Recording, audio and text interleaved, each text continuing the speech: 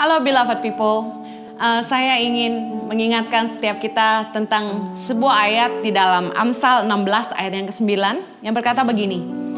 Hati manusia memikir-mikirkan jalannya, tetapi Tuhanlah yang menentukan arah langkahnya.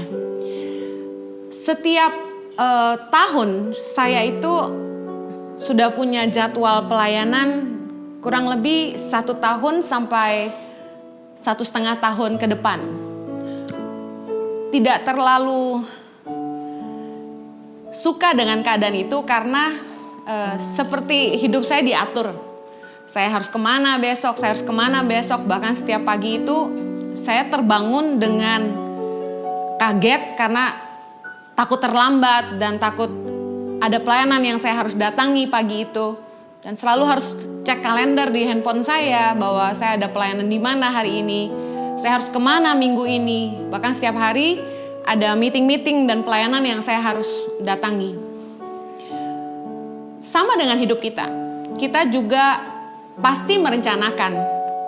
Tahun depan saya mau kemana. 2 tahun lagi saya mau kemana. 5 tahun lagi saya mau bikin apa. Saya akan menikah 3 tahun dari sekarang. Atau 10 tahun lagi saya sudah harus punya apa. Kita senang sekali merencanakan hidup kita ke depan. Saya mau bilang itu bagus. Kita diajar untuk berani bermimpi, bahkan punya visi ke depan. Justru kalau tanpa visi, hidup orang tidak teratur dan tidak ada target yang ingin mereka capai. Dan mereka juga tidak disiplin dan tidak membangun apa-apa. Tetapi ayat tadi mengingatkan kita bahwa sebagai manusia, kita bisa saja berpikir dan merencanakan ke depan apa yang kita mau lakukan, kita mau kemana. Tapi pada akhirnya Tuhanlah yang menentukan arah langkah kita. Tahun ini siapa yang nyana bahwa COVID-19 akan melanda seluruh dunia, mengacau balaukan semua sektor bisnis, politik, semua perencanaan, keuangan, pekerjaan, bahkan semua rencana yang sudah dibangun. Saya sendiri 1 bulan ini tidak akan kemana-mana, tidak akan melayani kemana-mana, tidak akan berkhotbah. Saya tahu bahwa beberapa orang sangat stres hari-hari ini karena jadi tidak bisa berdagang, tidak bisa bekerja, kehilangan income. Dan saya dan Jojo juga sama. Kami hanya hidup dari khotbah. Kalau tidak khotbah berarti tidak ada pelayanan, berarti tidak ada income. Tapi saya bersyukur buat penyediaan Tuhan. Kami tidak kekurangan. Dan saya juga percaya bahwa firman Tuhan yang berkata bahwa belum pernah aku melihat orang benar ditinggalkan dan anak cucunya meminta-minta roti. Saya percaya setiap Anda, orang-orang yang hidup dalam kebenaran, Anda juga akan dipelihara Tuhan. Meskipun saat ini ekonomi begitu sulit, usaha kita tidak lancar.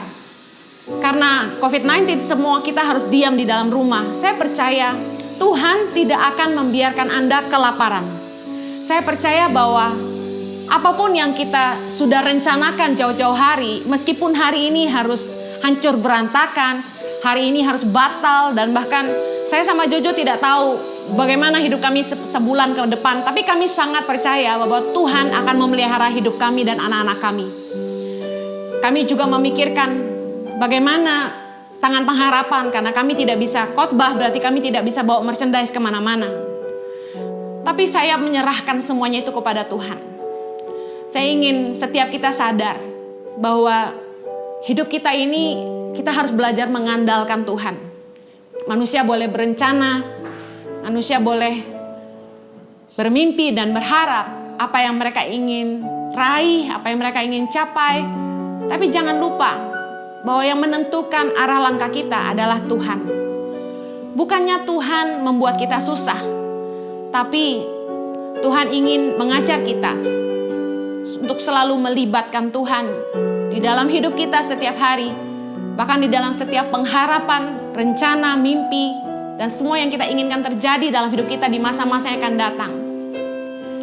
Saya turut sedih mendengarkan banyak berita-berita duka di mana-mana. Tapi saya percaya bahwa Tuhan punya maksud. Apapun yang sedang kita alami hari ini, Jangan gentar, jangan takut. Tetap berseru kepada Tuhan. Tetap bersabar.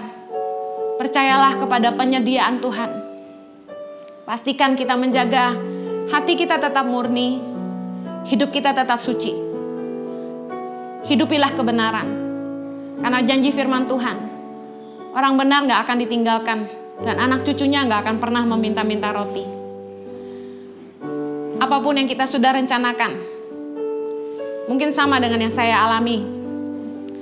Semua agenda kita berantakan. Tapi bukankah Tuhan yang menentukan jalan hidup kita? Kalau Dia yang menentukan, berarti kita berada di tangan yang aman, tangan yang kuat, tangan yang sanggup memelihara hidup kita. Jangan jadi lemah. Teruslah berdoa, teruslah berharap, teruslah bersyukur, karena Tuhan tidak pernah salah. Mari kita berdoa. Kiranya kasih karunia Tuhan menolong umat-Mu Tuhan, agar di hari-hari yang begitu sulit ini, kami tidak kehilangan iman. Tapi kami percaya bahwa Allah ada dan Kau beserta dengan setiap kami. Kami minta belas kasihan-Mu Tuhan. Lalukanlah amarah-Mu. Lalukanlah sakit penyakit dan wabah ini dari muka bumi.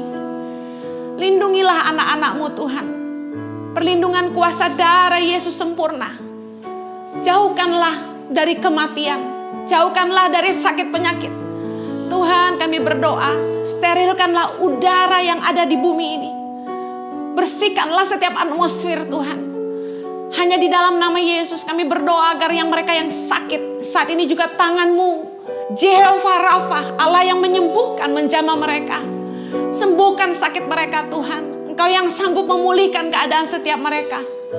Hamba-Mu memohon belas kasihan-Mu untuk bangsa Indonesia, bahkan seluruh bangsa di muka bumi ini.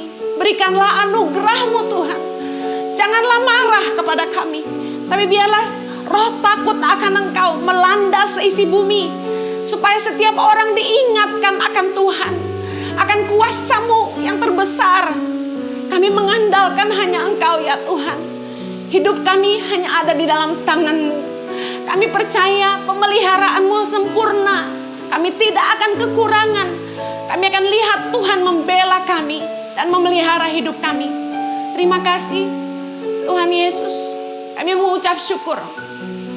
Di dalam nama Yesus kami berdoa. Amen.